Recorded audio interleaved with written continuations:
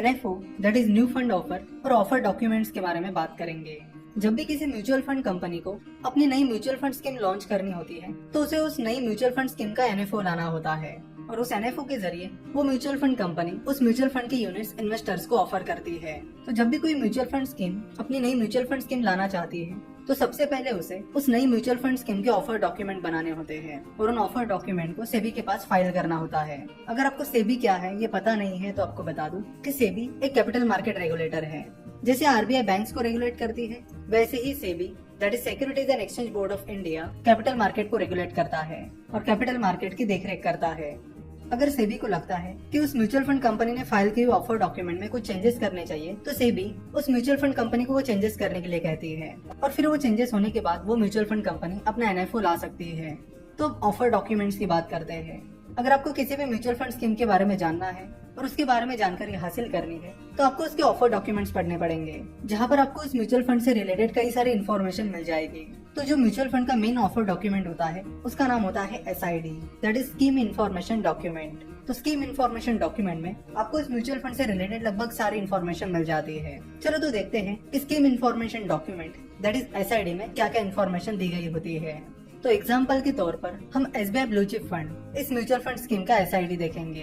तो SID में सबसे पहले यहाँ ऊपर आपको रिस्कोमीटर दिखेगा जो आपको बताएगा कि ये म्यूचुअल फंड में कितना रिस्क है। रिस्क लो है, मॉडरेटली लो है, मॉडरेट है, मॉडरेटली हाई है या हाई है। तो जैसे कि आप देख सकते हैं कि SBI ब्लू चिप फंड एक moderately high mutual fund scheme है जिसका रिस्क मॉडरेटली हाई है।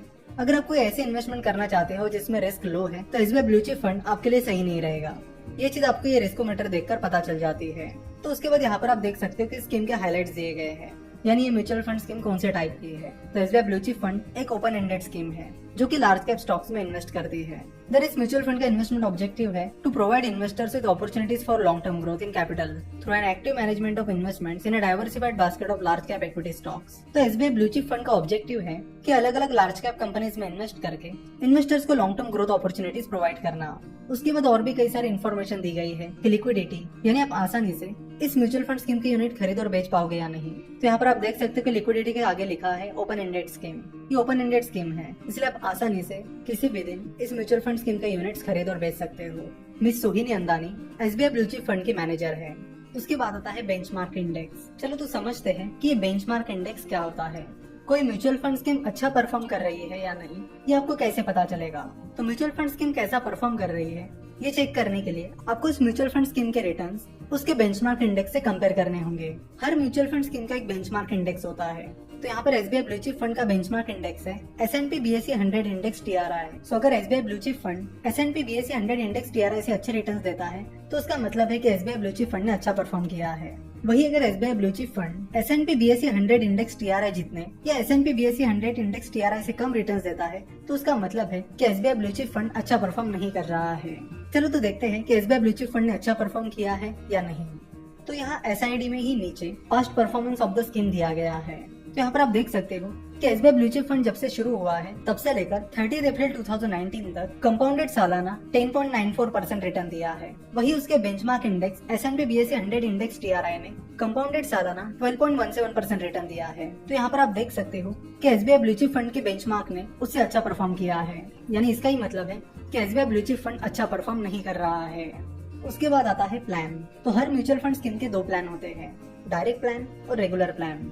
जब आप म्यूचुअल फंड स्कीम किसी डिस्ट्रीब्यूटर या फिर एजेंट के जरिए खरीदते हो तो वो म्यूचुअल फंड का रेगुलर प्लान होता है जिसमें आपको एक्स्ट्रा कमीशन लगता है। वही अगर आप उस म्यूचुअल फंड स्कीम को सीधे उस म्यूचुअल फंड कंपनी से खरीदते हो तो आपको कोई एक्स्ट्रा कमीशन नहीं लगता है और ऐसे प्लान को डायरेक्ट प्लान कहा जाता है। तो आप जब किसी म्यूचुअल फंड स्कीम को डायरेक्ट प्लान के जरिए खरीदते हो तो आपको एक्स्ट्रा कमीशन नहीं लगता है। वही अगर आप उस म्यूचुअल फंड स्कीम को रेगुलर प्लान के जरिए खरीदते हो तो आपको एक्स्ट्रा कमीशन लगता है। जब हम आने वाले एपिसोड्स में म्यूचुअल फंड्स को प्रैक्टिकली कैसे खरीदते हैं ये देखेंगे तब हम डायरेक्ट प्लान और रेगुलर प्लान को और डिटेल में समझेंगे। उसके बाद बाकी सारी डिटेल्स दी गई है, जैसे कि अगर किसी को इस म्यूचुअल फंड स्कीम में इन्वेस्ट करना है तो मिनिमम इन्वेस्टमेंट कितनी रहेगी, इस म्यूचुअल फंड स्कीम में इन्वेस्ट करने के लिए कैसे अप्लाई करना होगा, etcetera. Generally mutual fund scheme में दो तरह से इन्वेस्ट किया जाता है, SIP और लमसम। SIP का लॉन्ग फॉर्म होता है systematic investment plan. Systematic investment plan recurring deposit यानी RD की तरह होता है, जहाँ पर आप मंथली या क्वार्टरली रेगुलर बेसिस पर एक फिक्स्ड अमाउंट इन्वेस्ट करते हो। जैसे कि अगर आप 1000 रुपए की मंथली SIP शुरू करते हो तो आपको मंथली बेसिस पर 1000 रुपीज उस म्यूचुअल फंड स्कीम में इन्वेस्ट करने होंगे। वही लमसम इन्वेस्टमेंट एक वन टाइम इन्वेस्टमेंट की तरह होती है। जैसे कि अगर आपको किसी म्यूचुअल फंड स्कीम में 10,000 रुपीज इन्वेस्ट करने हैं और वो आप लमसम इन्वेस्टमेंट से करते हो तो आपको रेगुलर बेसिस पर उतने अमाउंट इन्वेस्ट करने की जरूरत नहीं होती। इस तरह लमसम बस एक वन टाइम इन्वेस्टमेंट की तरह होती है। तो यहाँ पर आप देख सकते हो कि अगर आपको SBI ब्लू चिप फंड में लमसम अमाउंट इन्वेस्ट करनी है तो उसकी मिनिमम इन्वेस्टमेंट 5,000 रुपए है। तो SBI ब्लू चिप फंड में आप 5,000 से कम लमसम अमाउंट इन्वेस्ट नहीं कर सकते। यहाँ पर लिखा है नॉन SIP। नॉन SIP का ही मतलब होता है लमसम।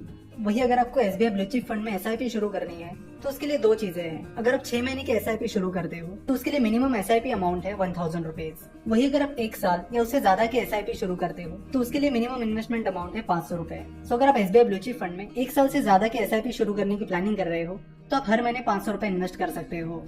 उसके बाद आते हैं लोड्स। तो यहाँ पर आप देख सकते हो कि दो तरह के लोड्स हैं, एंट्री लोड और एग्जिट लोड। 2009 से पहले ऐसे होता था कि जब भी आप किसी म्यूचुअल फंड स्कीम में इन्वेस्ट करते हो तो आपको एंट्री लोड पे करना होता था जो कि एक फी होती थी। लेकिन फिर अगस्त 2009 में सेबी जो कि मार्केट रेगुलेटर है उसने एंट्री लोड को बैन कर दिया। इसलिए आज जब भी कोई म्यूचुअल फंड स्कीम में इन्वेस्ट करता है तो उसे एंट्री लोड पे नहीं करना होता। तो एंट्री लोड नहीं है, ये काफी अच्छी बात है। अब बात करते हैं एग्जिट लोड की। कई सारी इक्विटी म्यूचुअल फंड स्कीम्स अगर कोई इन्वेस्टर उन इक्विटी म्यूचुअल फंड स्कीम्स की यूनिट्स 1 साल से पहले बेचता है तो उन पर एग्जिट लोड लगाती है। जनरली ये एग्जिट लोड 1% का होता है। तो यहाँ पर आप SBI ब्लू चिप फंड का एग्जिट लोड देख सकते हो।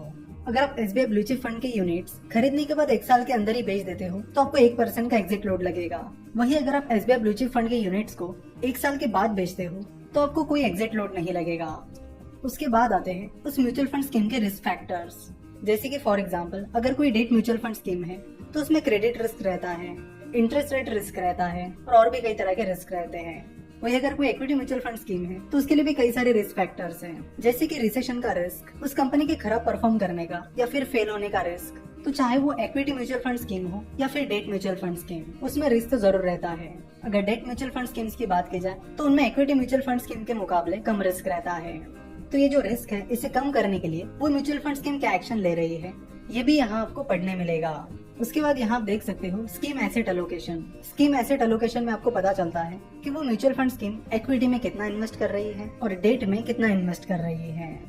SID में आपको और भी कई सारी इन्फॉर्मेशन मिलती है, जैसे कि इन्वेस्टमेंट स्ट्रेटेजी क्या है, स्कीम ने कैसे परफॉर्म किया है, इस म्यूचुअल फंड स्कीम ने कौन कौन सी कंपनीज में इन्वेस्ट किया है, उसका एक्सपेंस रेशो क्या है। इस तरह की बहुत सारी इन्फॉर्मेशन हमें SID में मिलती है। तो म्यूचुअल फंड कोर्स के इस एपिसोड में हम यही रुकेंगे और